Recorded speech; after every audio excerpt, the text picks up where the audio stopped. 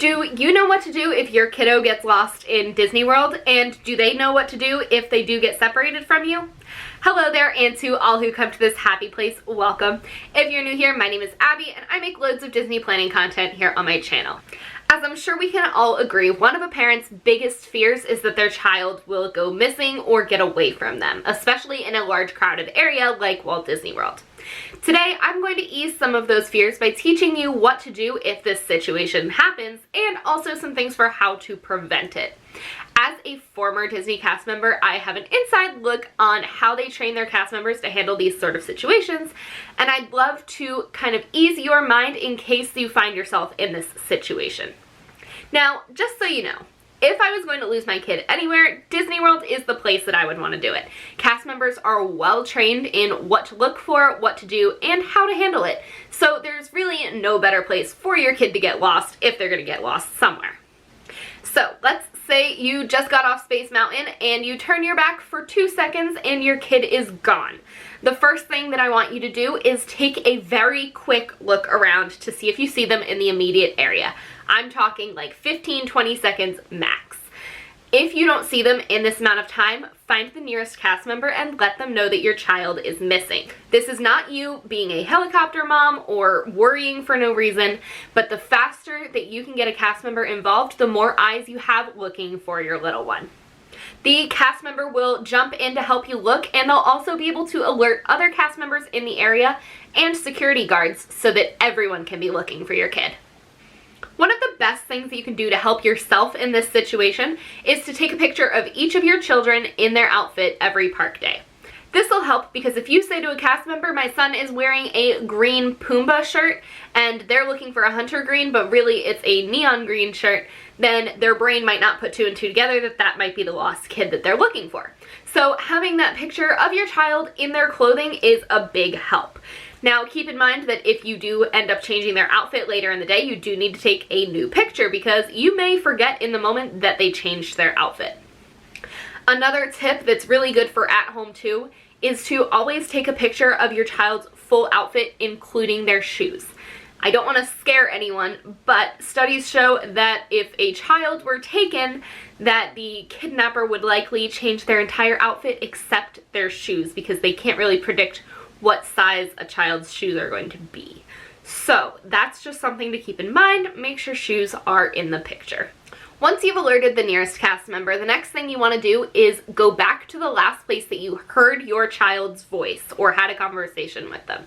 If you think you saw the back of your child's head just 30 seconds ago, you may have been looking at another kid's head.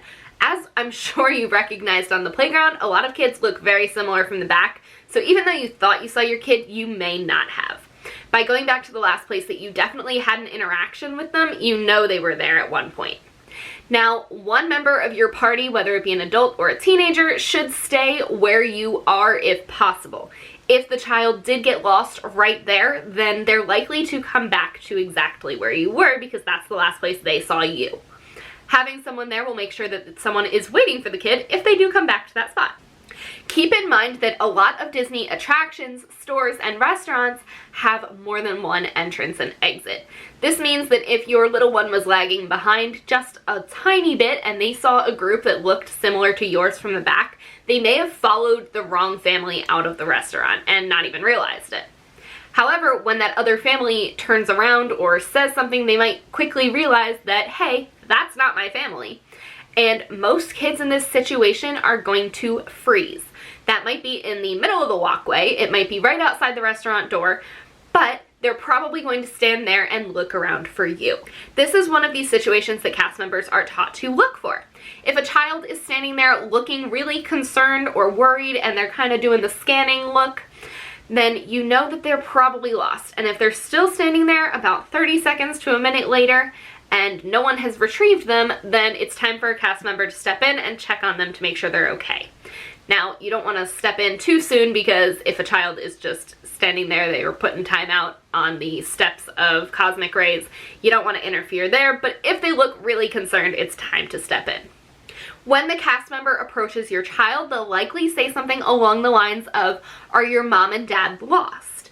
Now, they phrase it like this because this is a lot less scary to the kid. They're not lost. Mom and dad are the ones who are lost. This will make them feel more brave and more important because they can help find mom and dad, even though in reality they're the ones that got misplaced. Usually in the next 10 minutes or so, the cast member will stay in the general area and look for you. Now, they'll ask your child things like, do you remember mom and dad's name? Do you know what color shirt they were wearing? Do you know what color their hair is? Things like that, so that they can help to identify you in the crowd. If your child is able to answer these questions, it'll be a big help in reuniting your family. If after 10 minutes you guys haven't found each other, then the cast member will likely call either their coordinator or security, and that person will come and escort your child to the baby care center. I did a full video on the baby care centers on Tuesday, so if you missed that, make sure to click this card here. While your child is in the baby care center, they will watch Disney movies and cartoons while they wait for you. This is one of the reasons that it's so important to tell a cast member right away if you think your child might be missing. They are able to call the baby care center to see if your child was brought there and is waiting for you. Once you reunite with your child at the baby care center or with the cast member that found them, or, something like that, keep in mind who helped you and who really went above and beyond. I would encourage you to reach out to Disney and let them know what a great job the cast member did in helping you through a scary situation. You can do this by tweeting at WDW today with the hashtag CastCompliment, or you can email www.guest.communications@disneyworld.com. If you are able to give the company the cast member's name and their general location or job, then they'll be able to recognize that cast member. Usually they'll print out what you said about them and give it to them to keep, and it'll also go on their record card, which can help them get future promotions or move from area to area. So now that you know what to do if your child actually gets lost in Disney World, let's talk about some things that you can do to make it either easier to find them or less likely for them to get lost in the first place. My first tip is for you to recognize where your child is most likely to get separated from you. When you are walking out of an attraction, out of a show, or away from something like the parade or the fireworks, this is a great time for your kid to get lost because there are so many people moving and the kids are small and the adult legs are long, and it's really easy to get separated. Think of it this way: when Simba is in the stampede in The Lion King, it's really hard for anyone to get to him to help him, and he can't really go anywhere without other animals in the way. It's the same thing. It's literally the exact same thing. So keep it simple. Hold their hand. Pick them up. I would encourage you to pick up anyone that is, even able to be picked up, because then you really can't lose them. Now, if you have a bigger kid and holding hands is not gonna work, or you have too many kids to hold all of their hands, we like to grab backpack straps where you would hang it on a hook, or the little tabs that you can tighten the straps with. Those are a great way to stay attached to each other. My friends and I, as adults, still do this when we are in a crowd so that we don't lose each other. My next tip is to not be afraid of the child leash. Now, I know a lot of people are afraid that they're going to be judged for using one of these, but if you have a runner, is your child's safety worth the judgment of other people? Probably. I'm going to link a couple in the description down below. They have Minnie and Mickey ones that go perfectly with the theming of your vacations, and they actually aren't that expensive. So I would highly encourage you to consider one, especially if you have a new walker or runner, or, just a kid that likes to wander. There are a lot of different things to look at everywhere you go in Disney World, and sometimes kids just get distracted and start wandering. Kids usually won't even realize that they are straying from you in favor of whatever is going on over there. It's just something that happens because they are little and they aren't really paying attention, quite frankly. If your child is old enough, teach them your contact information. You should teach them all of the parent and adult names and at least 1 or 2 phone numbers. Now, it would also be really helpful if they can remember what hotel you're staying at and also where you were on your way to. If they can tell the cast member that they got separated from their family but they were heading toward Dumbo, then the cast member will likely be able to find you a lot easier. So it's really important to keep the entire group informed on where you're going next, even the kids.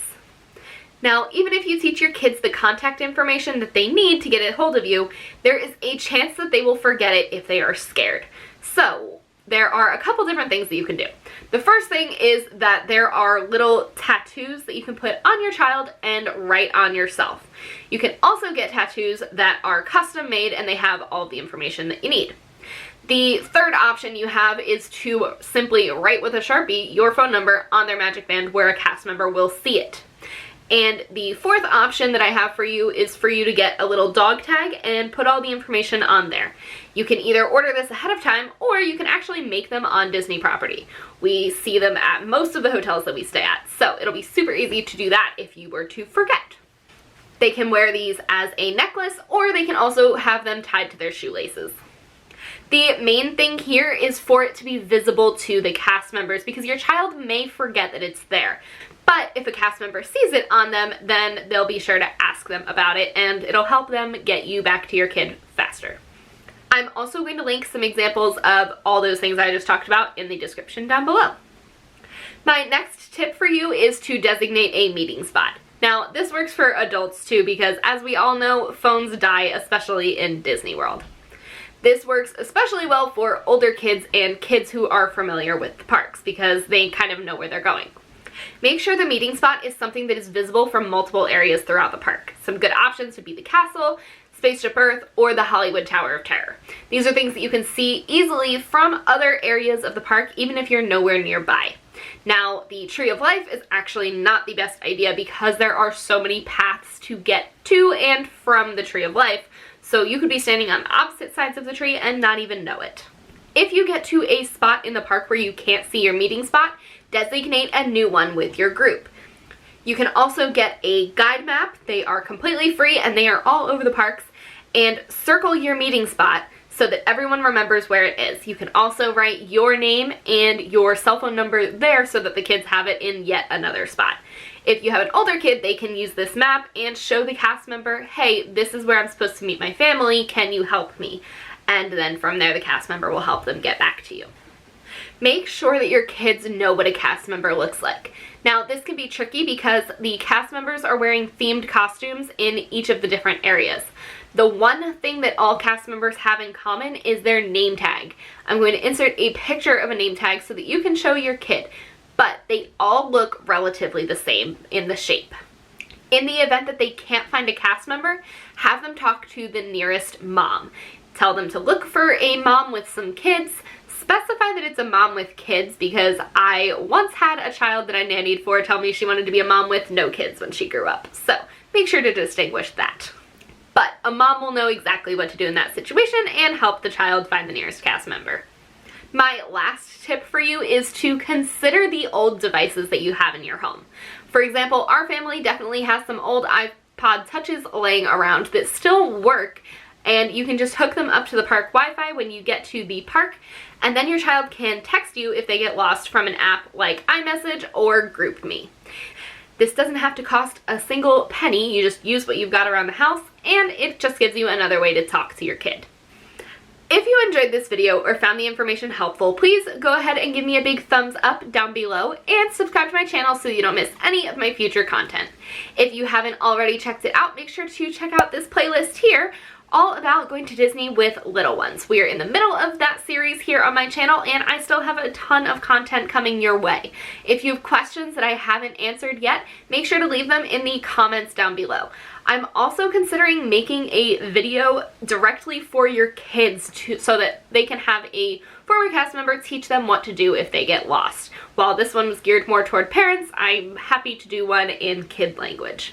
So let me know if that is something that you are interested in down below. With that being said, I will talk to you guys again on Tuesday. I hope you enjoyed the video and I'll talk to you later. Bye!